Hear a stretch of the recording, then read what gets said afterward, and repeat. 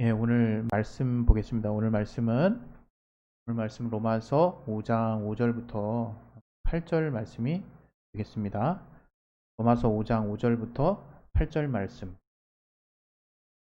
예, 우리 화면에 나왔을 줄 믿고요. 우리 다 같이 한번 합독하도록 하겠습니다. 시작. 소망이 부끄럽게 아니함은 우리에게 주신 성령으로 말미암아 하나님의 사랑이 우리 마음에 부음받음이니 우리가 아직 연약할 때 기약대로 그리스도께서 경건치 않은 자를 위하여 죽으셨도다. 의인을 위하여 죽는 자가 쉽지 않고 선인을 위하여 용감히 죽는 자가 혹 있거니와 우리가 아직 죄인 되었을 때에 그리스도께서 우리를 위하여 죽으심으로 하나님께서 우리에게 대한 자기의 사랑을 확증하셨느니라. 아멘. 네, 오늘 이 시간에 또 이 말씀을 통해서 우리가 또 깨닫게 달라고, 이 말씀을 통해서 우리가 깨닫고 또 돌아볼 수 있는 그런 또 귀한 또 은혜들을 우리가 나눌 수 있도록 하나님이 역사해 주시고 도와달라고 우리 시간에 또 예수의 한 번씩 기도하겠습니다. 예수요, 하나님 아버지 성령으로 충만하게 주시고 도와주시옵소서. 우리에게 또 들을 수 있는 귀와 또 이 말씀을 깨달을 수 있는 온전한 또 깨달음을 허락하여 주시옵소서. 감사하며 예수 이름으로 기도했습니다. 아멘. 여러분 살면서 무엇을 추구하면서 살고 계십니까? 헌법에 보장되어 있듯이 자유를 추구하시는 분도 있고 또 행복을 추구하시는 분도 있을 거라고 생각합니다. 또 이것은 어떻게 보면 인간이라면 누구나가 기본적으로 마땅히 당연히 가질 수 있는 권리라고 생각합니다. 그런데 우리가 그리스도인이면서 우리가 신앙을 하면서 우리는 과연 무엇을 추구하면서 살고 있을까? 그런 생각을 해보신 적 있을 거라고 생각해요. 나는 예수 믿으면서 나는 무엇을 꿈꾸면서 무엇을 추구하며 살고 있을까? 예. 사실 너무 많은 어떤 부분들을 우리가 생각했기 때문에 어찌 보면 정답? 그래, 이렇게 말하면 이게 가장 옳은 걸 거야 라고 생각하는 원한들을 아마 대부분 다 갖고 계시지 않을까. 누군가는 부활을 얘기하실 수 있고, 또 어떤 분은 또 같은 말이지만 또 영원한 생명, 또 하늘나라, 또 주님이 알게 하신 또 올바른 어떤 삶의 가치들을 떠올리실 수 있을 거라고 생각합니다. 그런데 그렇게 생각을 하고 있지만 다른 한편으로는 우리가 교회에서 또 신앙생활을 하면서 엉뚱한 것을 추구하면서 살고 있지 않나 하는 생각을 해봤으면 좋겠어요. 뭐냐면 우리는 진리를 지금 알고 있어요. 또 진리 대신 우리가 주님을 만났고 또 주의 말씀을 통해서 주님 안에서 또 주님이 우리에게 보여주신 그 삶의 본을 통해서 그분이 행하신 어떤 실천적인 모습들을 통해서 우리는 그것이 바로 우리가 따라가야 할 삶의 본이고 또 우리가 그렇게 살면 된다라고 알고 있습니다. 그런데 참 엉뚱하게도 일부 교회에서는 뭔가 그러한 이미 우리에게 하나님 앞에서 우리가 이미 이제 알게 된 이 복음의 가치들을 뭔가 다시금 이렇게 덮어서 비밀스럽게 만들고 그것의 가치를 그런 식으로 이렇게 올리려고 하는 어떤 속셈인지는 몰라도 뭔가 감추어진 듯하게, 그래서 뭔가 우리들만 또는 우리 교회만 또 우리 교단만 아는 어떤 신비스러운 무언가가 더 있는 것처럼 이렇게 교인들을 호도하는 모습을 곳곳에서 많이 봅니다. 그런데 안타깝게도 그러한 모습에 많은 분들이 또 혹 하고 반응한다는 거예요. 물론 저도 신앙생활 하면서 제가 아는 지인을 통해서 또 어떻게 또 저의 연락처를 알았는지 또 저도 잘 모르는 분들한테도 문자가 가끔씩 와요. 그럼 그 문자의 내용들을 보면 정말 가관이거든요. 그 문자의 내용 중에는 주로 그 사람들도 과연 이 내용을 알고 보내는 걸까 싶은 내용들이 참 많고, 주로 어떤 사람의 마음을 이렇게 혹하게 해가지고 뭔가 지금 이걸 내가 모르면 큰일 나는구나. 또는 이게 정말 중요한 것인데, 또는 뭔가 이 말초신경을 자극해서 내가 뭔가를 또 알아야 되는데 이거 지금 내가 뒤떨어지고 있는 거 아닌가라는 생각을 갖게 할 만한, 혹은 지금의 이 시기가 엄중한 어떤 큰 주님이 곧바로 오실 것 같은 말세의 어떤 징조들을 나름대로 정리해서 저한테 보내올 때도 있어요. 네. 그건 뭐 믿거나 말거나 하죠. 그러나 저는 그렇게 보내오는 내용들을 사실 별로 신경 자체를 쓰지 않습니다. 제가 굉장히 생각이 많은 사람임에도 불구하고 진리를 알고 나서, 하나님의 말씀이 무엇인지를 알고 나서 그 말씀하는 바가 무엇인가인지를 그냥 선명하게 나온 그것들을 제가 이제 눈을 똑바로 뜨고, 마치 바울이 되었던 순간처럼 눈에 비늘 같은 것들이 벗겨져서 이제 성경이 그냥 있는 그대로 제대로 보여지기 시작한 뒤로부터 그런 정말 황당한 이야기들이 전혀 이게 쏠림이 되지 않습니다. 두려움이 되지도 않고 호기심이 되지도 않고, 또 더 나아가서 뭐 그것들을 통해서 뭔가 더 알려고 하는 어떤 간절함이, 그런 것들을 통해서는 제 안에 도무지 작동을 안 합니다. 아무래도 폐기된 것 같아요, 제 안에서 그런 장치들이. 그래서 물론 그렇게 보내오는 것들은 기독교 공동체 안에서 우리가 뭔가 같이 행동하고 같이 뭔가 또 힘을 써야 되는 그런 어떤 주요한 내용들이 올 때도 있습니다. 그러나 그러한 내용조차도 상당히 또 편협돼 있고 치우쳐 있고, 또 자기들만의 세상 안에 갇혀 있는 생각들을 제가 여러 번 봤기 때문에, 저는 제가 직접 보기 전에는 또 제가 믿고 있는, 제가 알고 있는 그 사실을 근거로 그런 내용들을 쉽게 그냥 필터해 버립니다. 제가 지금 여러분들에게 드리려고 하는 말씀 뭐냐면, 이제 예수 외에 더 이상 고상한 진리는 없어요. 또 예수님이 이 땅에 이제 이 성경을 통해서, 이 특별히 복음서들, 또 이 성경 또 66권 안에 하나님의 뜻을 두기에 충만한 만큼, 요한복음 12장 30절 이하에도 말한 것처럼 그렇게 충분하게 그 하나님의 뜻을 두셨기 때문에 특별히 여기서 뭐 더 갈 필요도 없습니다. 그리고 감추어져 있지도 않아요. 그런데 참 신기한 건 사람들이 여전히 이 성경을 뭔가 퍼즐 맞추듯 한 느낌을 가지고 대하는 것 같아요. 그래서 여기서 그걸 맞춰보고 또 저기서 이걸 맞춰보고, 이 말이 그 말이었구나.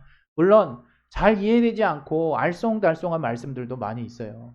구약에, 또 요한계시록에, 또 우리가 알고 있는 또 이 성경이 지금은 이제 새 번역으로 잘 나와 있지만, 여전히 많은 분들이 1960년대에 우리 한국에 고어체로 적용된 한글 성경을 더 권위 있게 보시는, 전 그것도 편견이라고 보는데, 이제 그런 어떤 마음들이 또 있기 때문에 그런 어떤 마음 안에서 뭔가 잘 풀려지지 않는 것들을 뭔가 엉뚱한 식으로 이렇게 응답받고 해결받으려는 분들도 꽤 많으세요. 결국엔 뭐냐, 남들이 모르는 어떤 지식과 지혜를 여전히 이 신앙 안에서, 이 성경 안에서 우리가 신앙생활하면서 자신이 추구할 어떤 목표로 삼는 분들이 은근히 많다 이거죠. 또 어떤 분은 이제 자기가 아직 접해보지 못한 은사와 관련한 부분들을 통해서 뭔가 자신의 신앙이 업그레이드 되겠지라는 어떤 막연한 기대를 가지고 그런 어떤 은사를 이렇게 또 사모하면서 나아가시는 분들도 있고, 또 아까 말씀드렸던 것처럼 성경에 뭔가 이렇게 어떻게 딱딱 조립이 된다는 말을 하죠. 이전에도 제가 속한 곳에서 그런 말을 전 들었죠.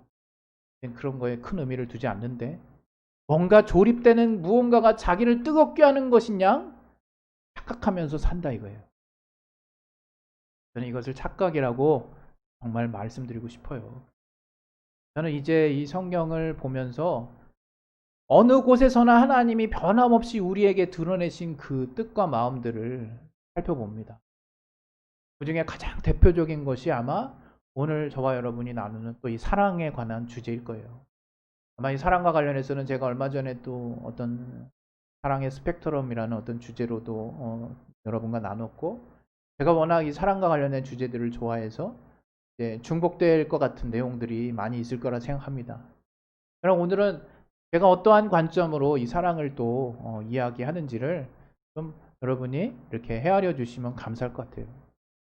오늘 제가 여러분에게 드리고 싶은 말씀은, 우리가 감히 이제 두려움 없는 사랑을 할 수 있는 힘이 예수로 말미암아 생겼다는 것을 말씀드리고 싶은 거예요. 결론부터 말씀드리죠. 다시 말하면 사랑할 수 있는 힘이 생겼다는 거예요. 저는 거기에 여러분이 이 말씀에 우리가 정말 아멘으로 반응할 수 있는 자들이 되기를 원해요. 이것은 어떤 그냥 맹종적으로 잘 모르는데 아멘하길 바란다는 게 아니에요. 정말 나 자신이 진실로 그렇습니다라고 하나님 앞에 정말 고백할 수 있는 신앙의 구체적인 체험이 여러분 각각의 삶에 있었으면 좋겠다, 그 얘기입니다. 이것은 여러분이 지금 한 번도 체험하지 않았다는 얘기를 말씀드리는 건 아니겠죠. 아마 여러분도 다 최소 한 번 이상씩 이런 체험들을 했으리라 믿지만, 그럼에도 불구하고 이런 어떤 주제로 설교를 하는 것이 부족함이 없는 것은, 이 하나님의 사랑은 정말 캐고 캐도 끝이 없다는 것이기 때문이죠. 그래서 그 사랑이 정말 우리의 삶을 꾸려나갈 수 있는 힘이 될 수 있도록 여러분이 매진하셔야 되는 거예요.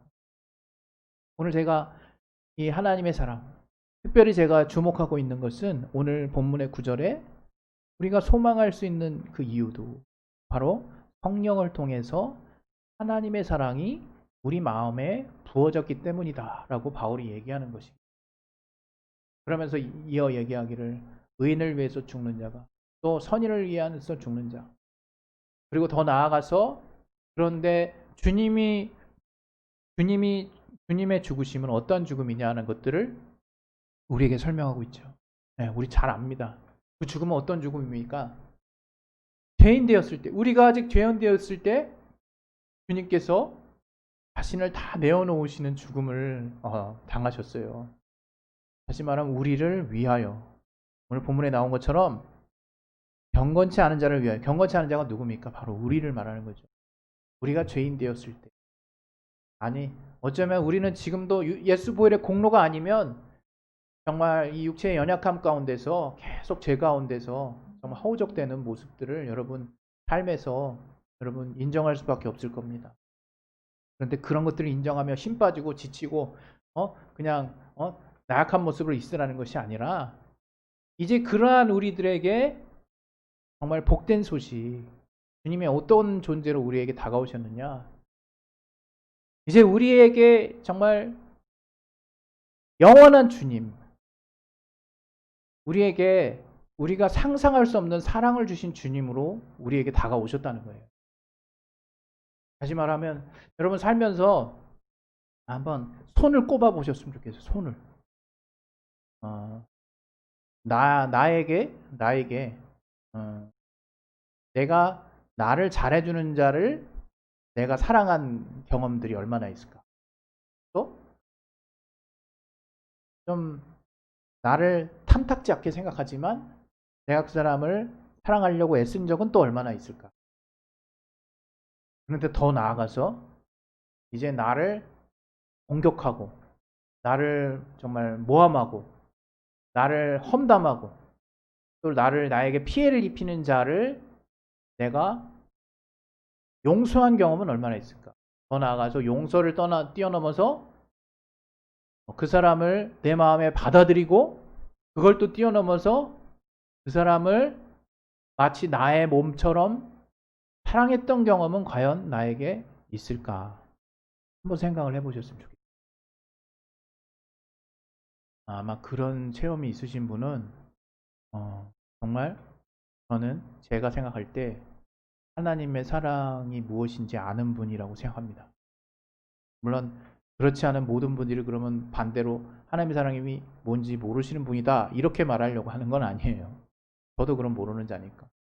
분명 우리가 압니다. 그러나 구체적인 삶의 어떤 모습에 있어서 우리가 주님이 보여주신, 주님이 알게 하신, 또 주님이 깨닫게 하신 사랑의 모습처럼 그렇게 하려고 하지 않는다는 게 문제거든요.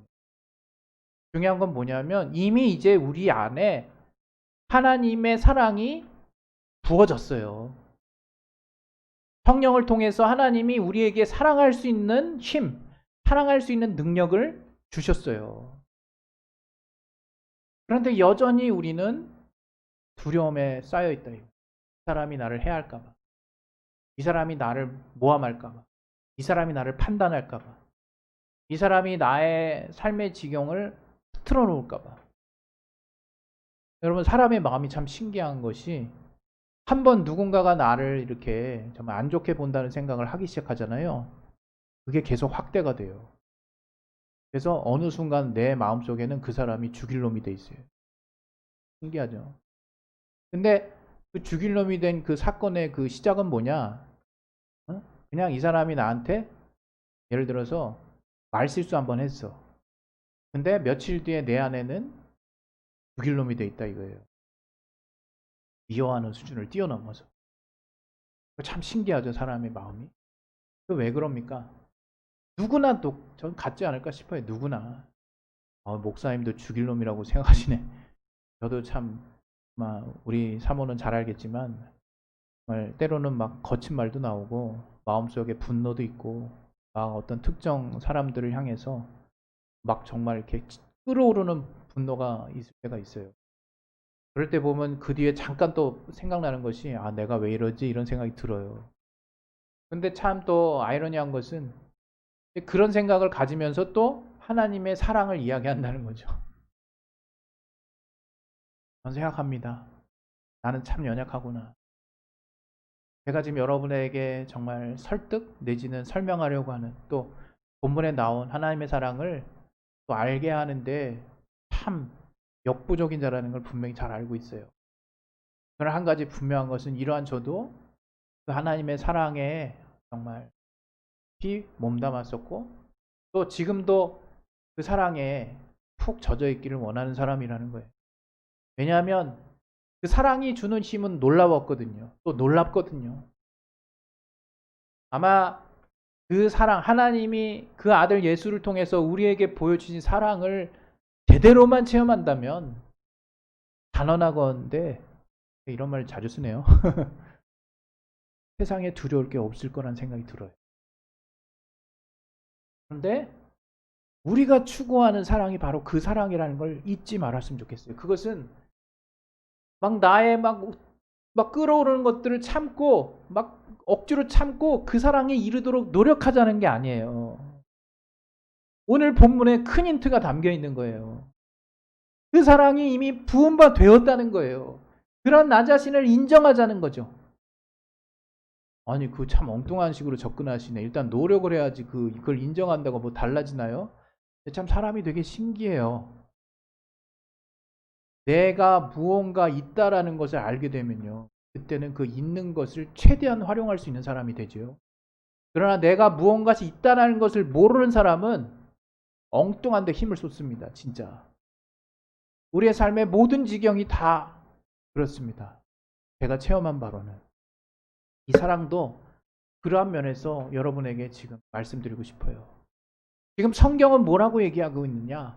여러분이 하나님의 사랑을 받은 하나님의 자녀란 이야기를 하고 있고 또 오늘 본문에는 우리가 소망을 끝까지 유지하고 붙잡고 환난과 인내가 있어도 내가 이 소망을 내려놓지 않을 수 있는 이유는 하나님의 사랑이 성령을 통해서 내 마음에 부어졌기 때문에 내가 그 사랑에 푹 젖어 있는 한 나는 그 하나님의 사랑으로 말미암는 그 힘을 내가 부인할 수 없는 거라는 거예요.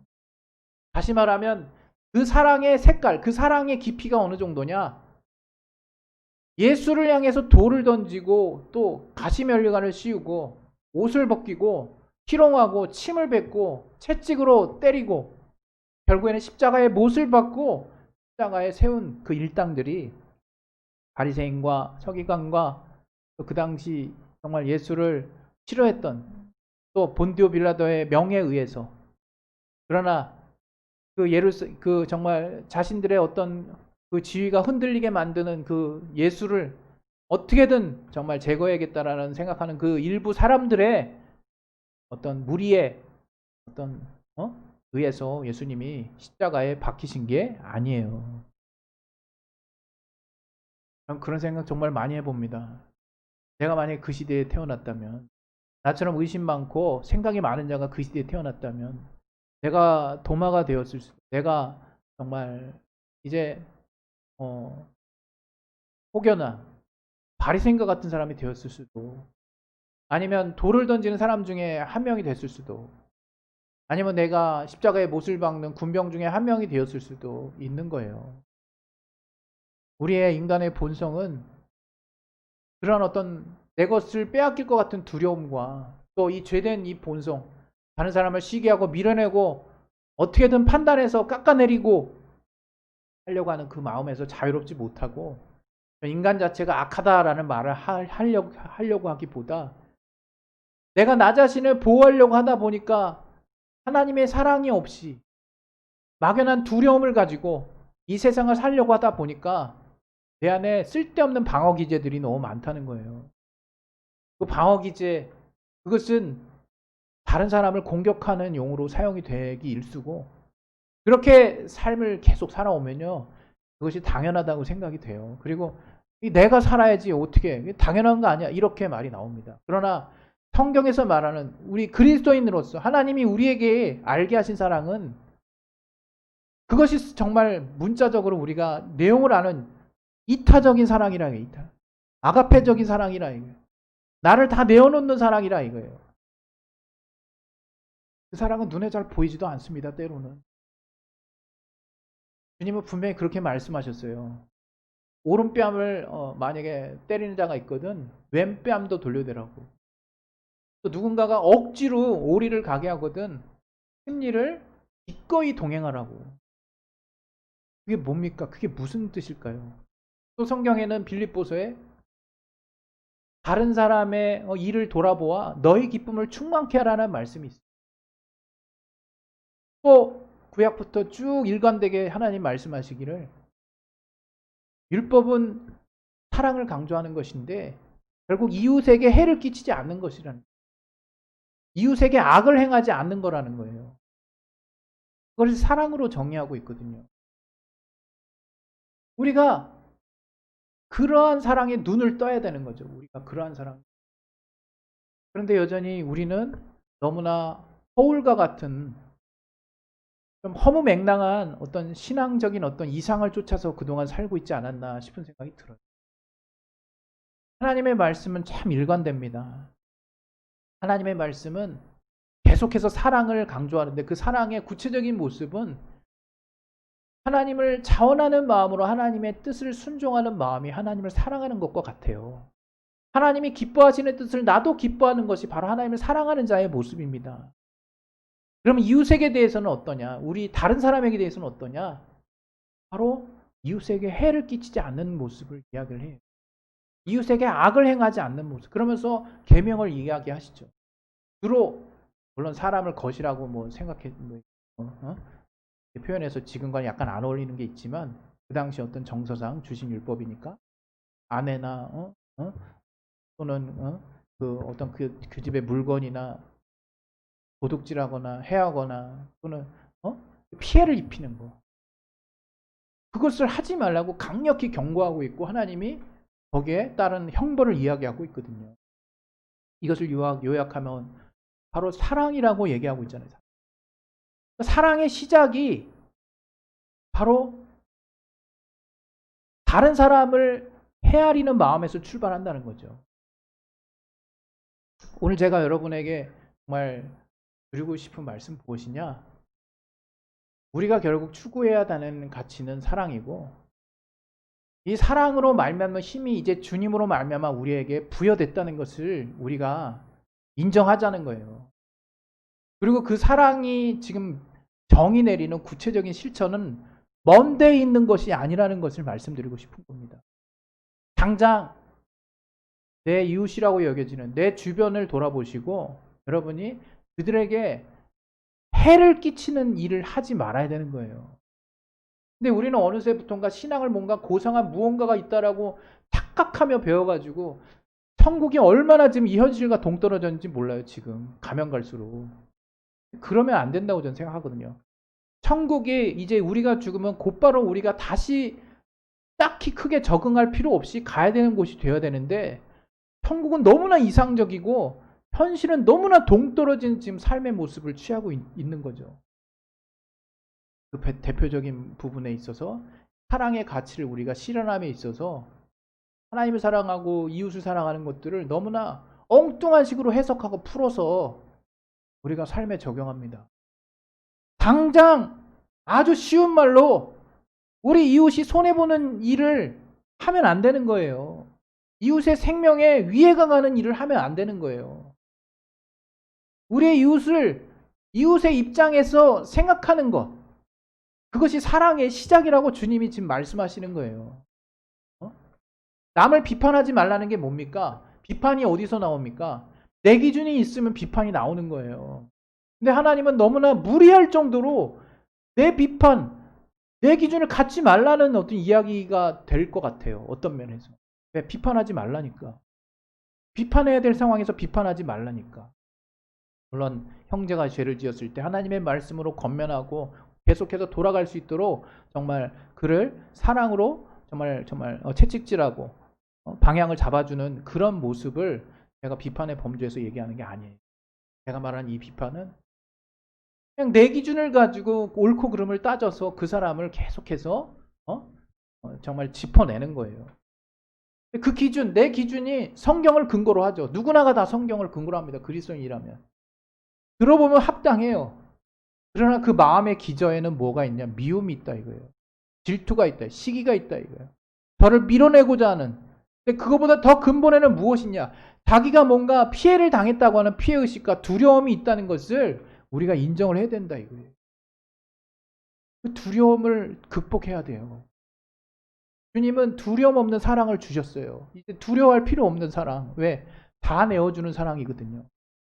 우리에게 그런 세상에 없는 이타적인 사랑을 요구하시는 거예요. 그것은 내 육신의 어떤 갈고 닦음을 통해서 이루어지는 게 아니에요.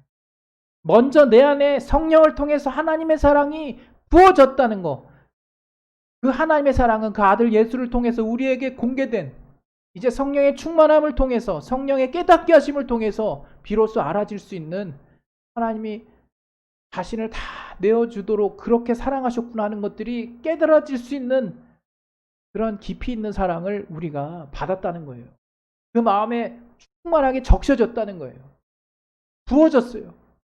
그래서 우리가 이제 그 이타적인 사랑을 정말 우리의 지경에서부터 실천해야 될 사명이 있는 거예요. 사명이. 근데 그 시작점이 바로 뭐냐? 다른 사람의 입장에서 배려하는 거예요. 아주 쉬운 말이죠. 다른 사람의 일을 돌아보아 내 기쁨을 충만하게 하는 거예요. 다른 사람에게 해를 끼치지 않는 거예요. 그런데 우리는 사랑하면 마치 우리가 알고 있는 어떤 복음을 누군가에게 전해주는 것만이 사랑이라고 우리가 착각하고 있죠.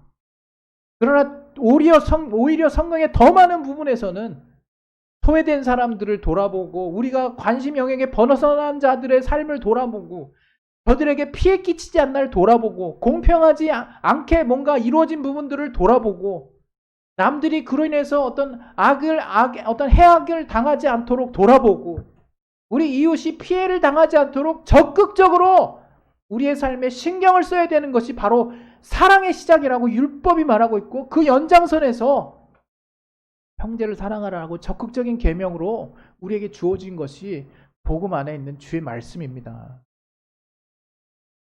근데 우린 그걸 못 봐요.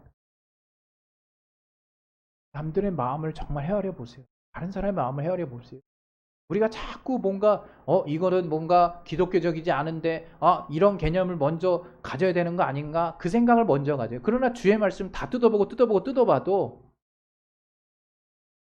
저는 지금 막 그냥 기독교니까 그냥 아무나 다 그냥 아무 기준 없이 막 하라는 게 아니라 하나님이 우리에게 주신 사랑이 과연 무엇일까를 좀 더 고민해 보자 이거예요. 그리고 그 말씀에 따라 살 수 있도록 우리가 안내하는 그 방법을 사용함에 있어서 이웃에게 해를 끼치지 않는 방법, 또 이웃에게 정말 이웃의 입장을 누구보다 먼저 고려하고 배려하고 신경 쓰고자 하는 그 마음을 내 안에 갖추는 훈련. 그것들이 되지 않으면요, 기독교는 이제 외딴 섬이 되는 거예요. 나중에 딱 주님이 성경 딱 펴놓고 이제 말씀하시면, 야, 이거 내가 언제 가르쳤냐? 야, 너희 왜 이렇게 이상하게 돼 있니? 너희 모임은 도대체 무엇을 따르는 모임이니? 아, 그 예수를 따르는 모임인데요. 아닌데 내가 한 말을 이상하게 지금 바라보고 있고, 궁극적으로 그 말의 마지막 뜻, 그 말의 마지막, 우리가 하나님의 사랑을 알고 그 사랑을 전하는 게 복음인데, 너희는 그 사랑을 지금 어떻게 전한다는 거니? 너희 교리를 전하는 거 아니니? 난 그런 얘기 한 적 없다.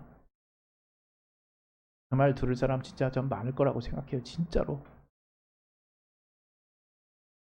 여러분, 정말 우리가 허울을 뒤집어 쓰지 마시고 삶의 실천적인 영역에서 자꾸 기독교에서 어떤 틀 같은 거를 먼저 갖추려고 하지 마시고, 그냥 마음에 있는 그대로 어려움에 처한 자를 도우시고, 그 사람의 입장에서 배려하시고, 피해를 입지 않을까 나를 항상 돌아보시고, 그 사람의 입장에서 생각해서 말해주시고, 작은 거 하나라도 주님이 왼손이 하는 거 오른손이 모르도록 할 정도로 그렇게 은밀하게 하셨던, 섬세하게 하셨던 사랑의 실천처럼 그렇게 여러분이 삶을 살아가신다면 정말 우리가 때를 걱정하지 않아도 때가 되면 하나님이 우리를 영광 가운데 정말 올려주실 것입니다.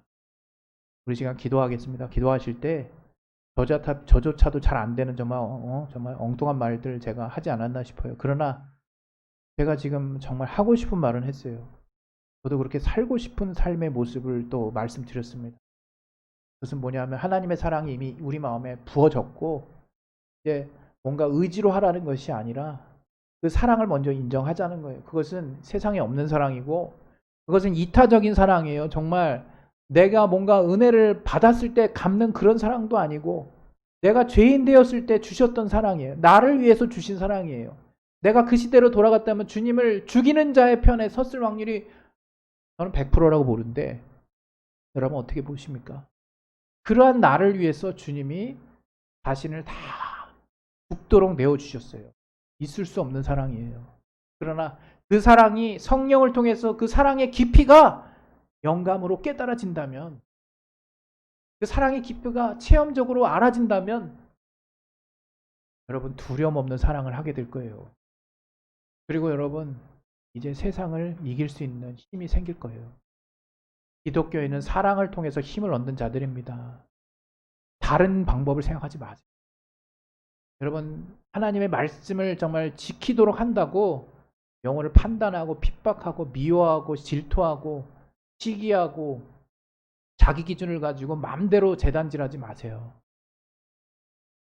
중요한 거는 우리가 주님이 보여주셨던 모습을 제대로 따르지 않는 그 모습에 정말 내가 제대로 투영되고 있지 못하는 나 자신이 답답한 것뿐인 거예요. 내가 그러한 사랑을 닮아가는 자가 될 수 있도록 지금의 세대를 향해서도 이편 저편 가르기보다는 각자의 마음을 더 이해하시고 정말 우리 마음 가운데 하나님의 주신 사랑으로 이 세대를, 이 시기를, 또 이들을 볼 수 있는 눈을 달라고, 그러나 올바른 것들을 분별하게 하시되 정말 이웃에게 해를 끼치는 일들을 하지 않게 도와달라고, 우리 시간에 예수의 한번 기도하겠습니다. 예수여,